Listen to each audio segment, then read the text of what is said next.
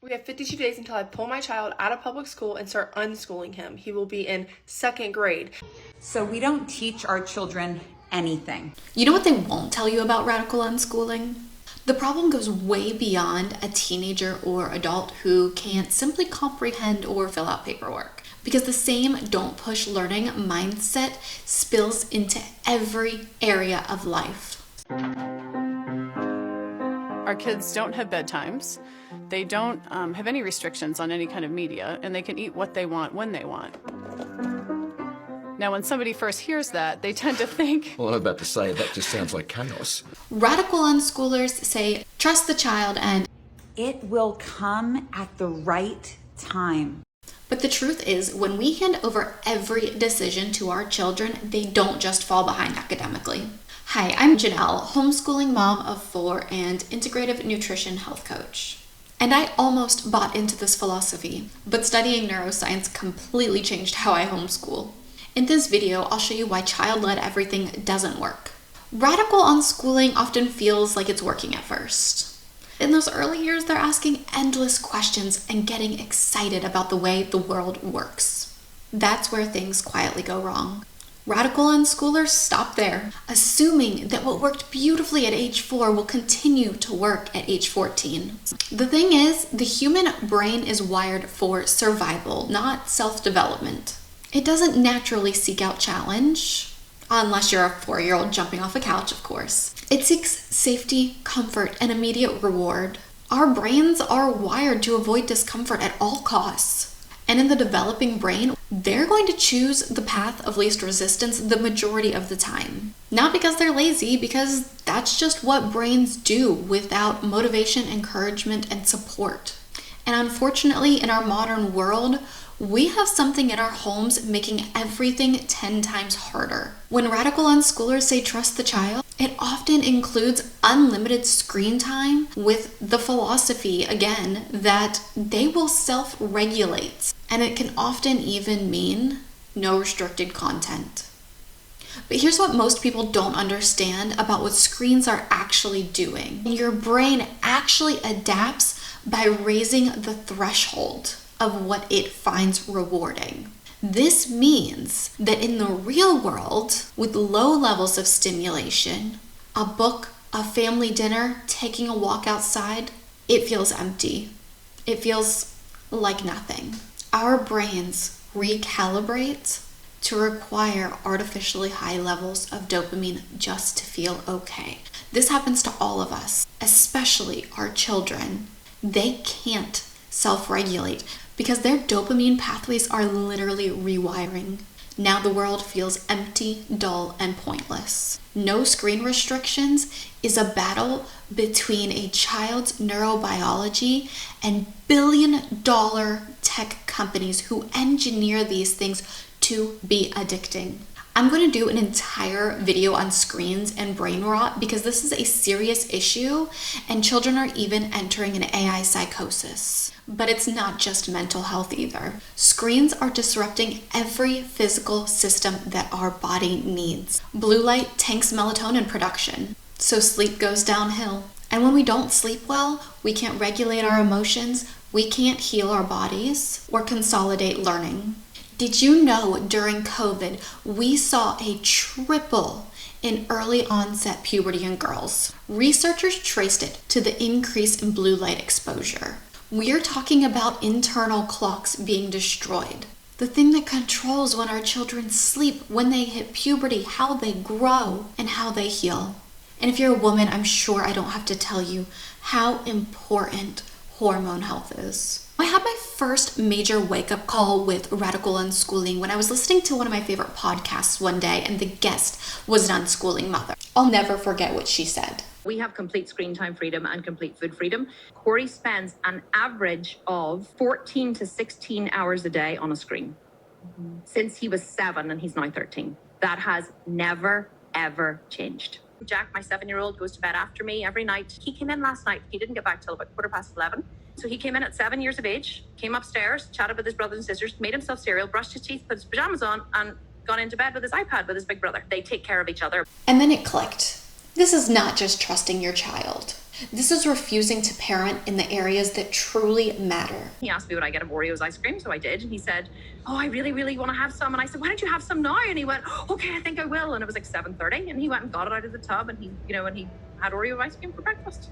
Just like screens, foods are being manufactured by scientists to be addicting. Our taste buds, our gut bacteria, and our brains physically change depending on what we eat and begin to recalibrate to only crave those processed foods. This is another example of how they'll regulate is completely false. Let's look at what happens when they control their own sleep patterns too. Because their brain has been hijacked by dopamine, blue light, sugar, laying in a bed quietly feels like torture. They are going to stay up until their body forces them to sleep. It is probably going to be highly disruptive, not the deep restorative sleep that a growing body truly needs. And how about exercise? Well, we talked about the 4-year-old jumping off the couch, and that's lovely between those ages of 4 and 6. But after that, those natural tendencies to move start to go away, unless again they are nurtured, modeled, and motivated. Of course, the mom from the podcast, her oldest child would hardly leave his room from in front of his computer screen. And she had to have a conversation with him about potentially walking the dog every day so that he would move his body a little bit.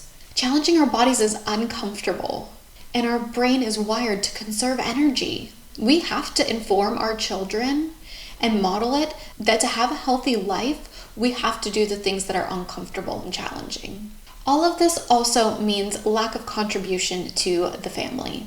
They never develop the satisfaction of being capable and mattering beyond themselves. Humans actually love to help and serve, and it feels rewarding.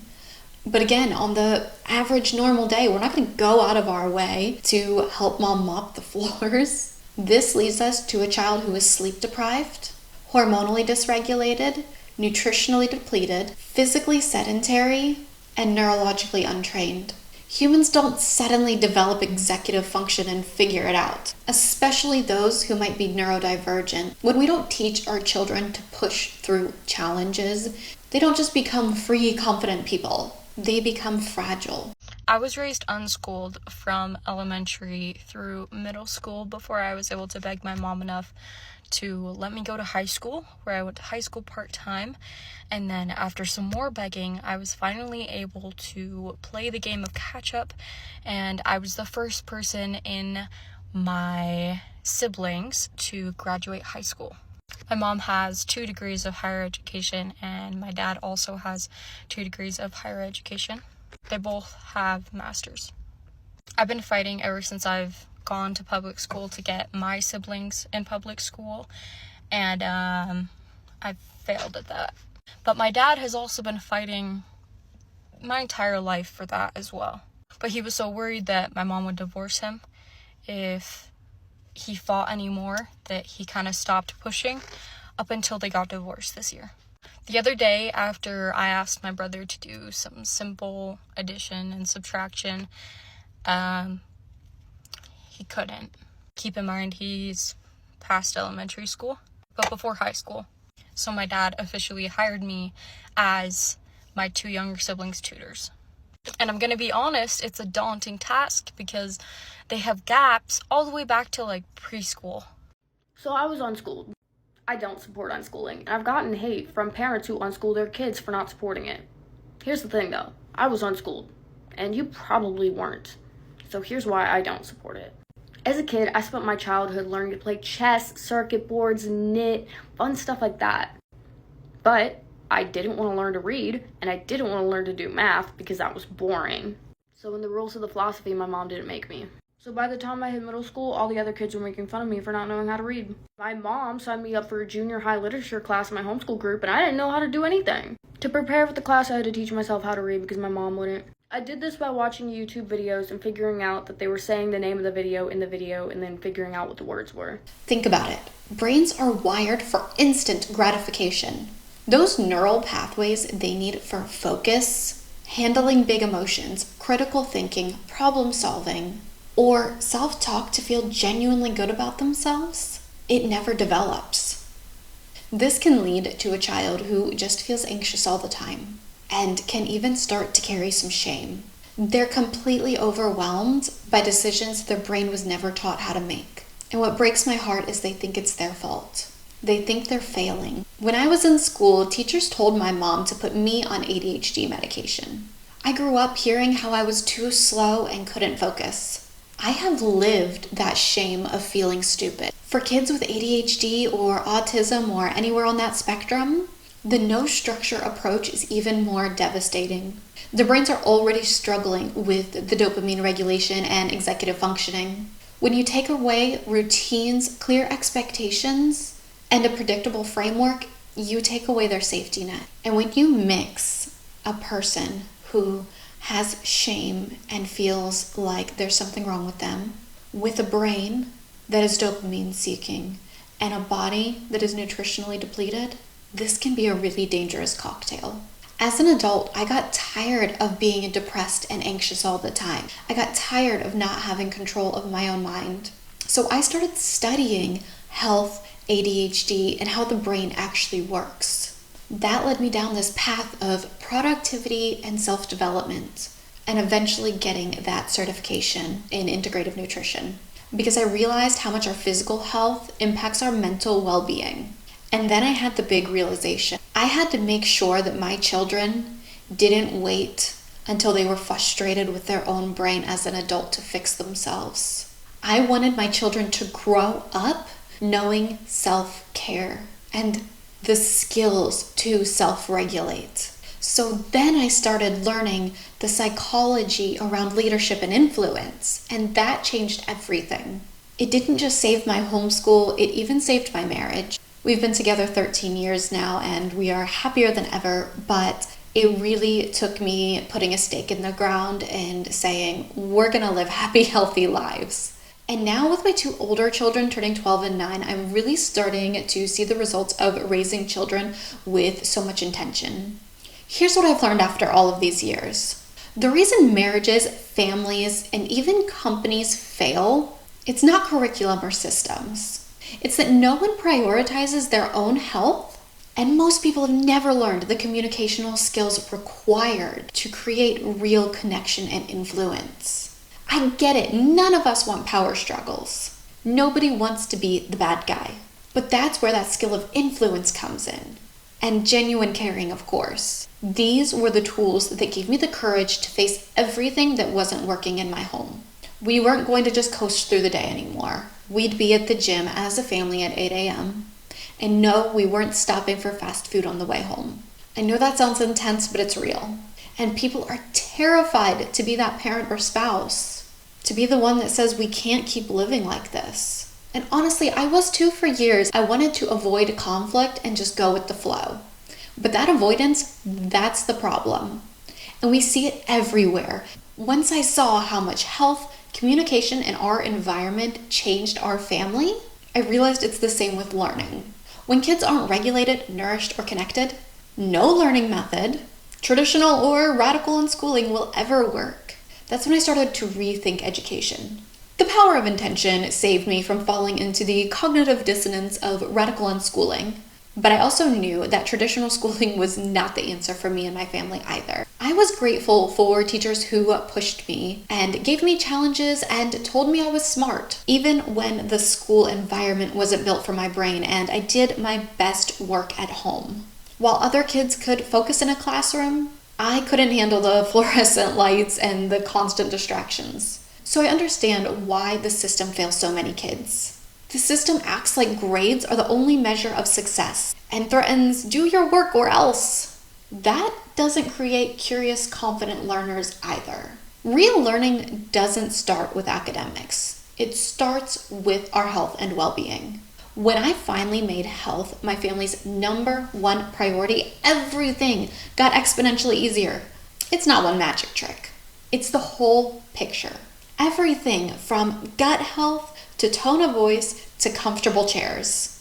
When our body and minds are nourished and regulated, and when we build real communication and respect, we naturally create influence. And that influence is what helps us challenge each other to do better, raise our standards, and actually follow through on our goals. Being a healthy human includes exercising our brain through learning. So when my kids ask, why do we have to learn this? I can honestly answer them. Because learning keeps our brains healthy. It builds critical thinking. It helps us with creative problem solving. It's not about jumping through hoops. It's about building strong, capable minds. And I'm going to give you a pro tip. The most powerful place we can start is our mornings. When I saw how many parents were choosing to homeschool, but still feeling overwhelmed and isolated, dealing with power struggles, their child won't focus, I realized they were missing these foundations. So I created a full health program for homeschoolers, and I wanted to give you the gift of unlocking the first module completely free. You even get access to that exclusive community for my premium members. This first module is a science-backed morning routine formula, a training on mindset and leadership, a lesson on how to pass those morning routine skills down to your children, and you're also going to get my smart supplement routine for focus and stress reduction. And it's going to tell you how you can win a scholarship to get a full ride completely free through that entire program. Click the link below, join that community. I can't wait to see you there.